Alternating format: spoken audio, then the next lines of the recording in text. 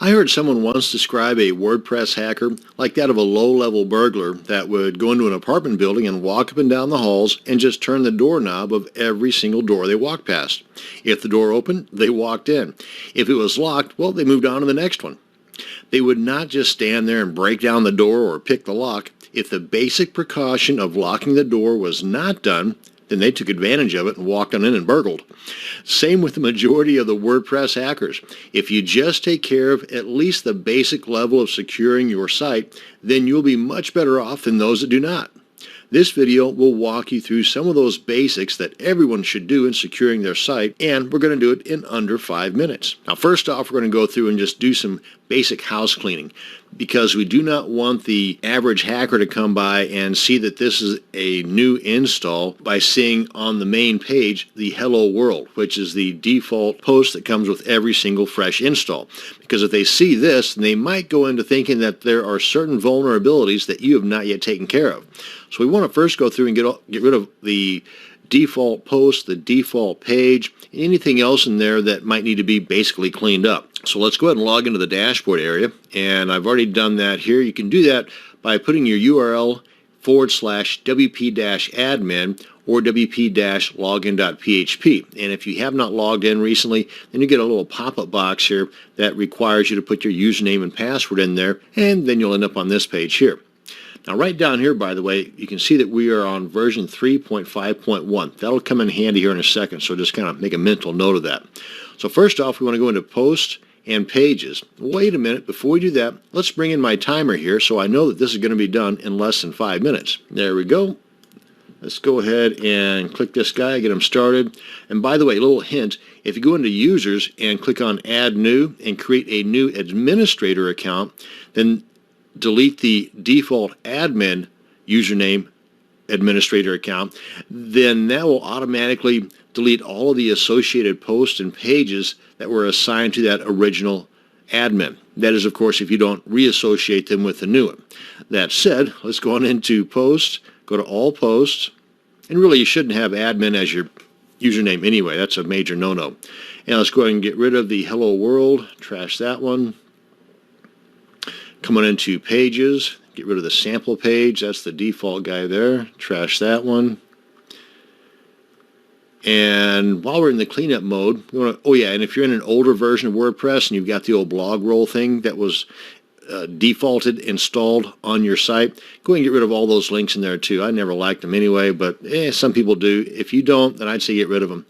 Come on into Plugins and the Themes and make sure that you've got all your most recent updates done. And you do that by coming up here to the dashboard, going to Updates. This will show you all of them, not just the plugins. So if you got themes that need updated, you can take care of that too. Let's go ahead and get rid of this guy here, get him fully updated.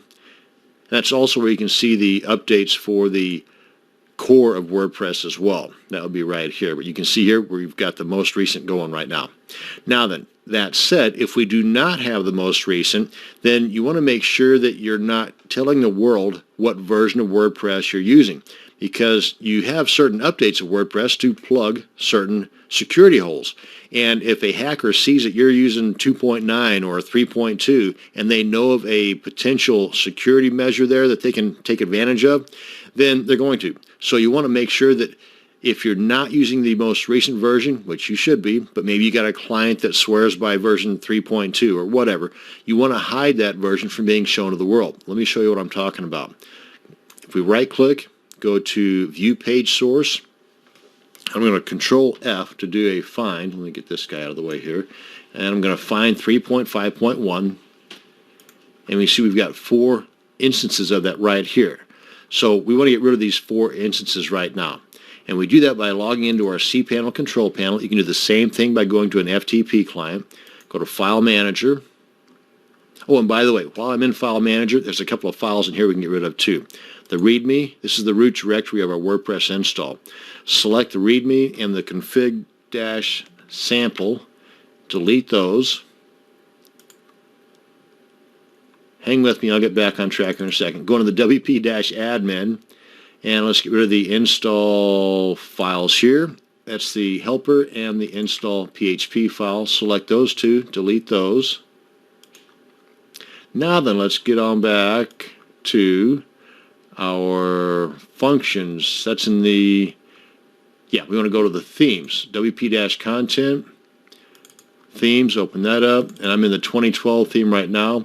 We want to come on down to the functions.php, select that, go to code editor, edit that, and we've got 2 bits of code that we want to install here to make those bits of code invisible, or the versions invisible. So we come all the way down to the bottom of the code here, put our cursor right there, and we're going to paste this code in there. You can freeze the video if you want just to copy this stuff down.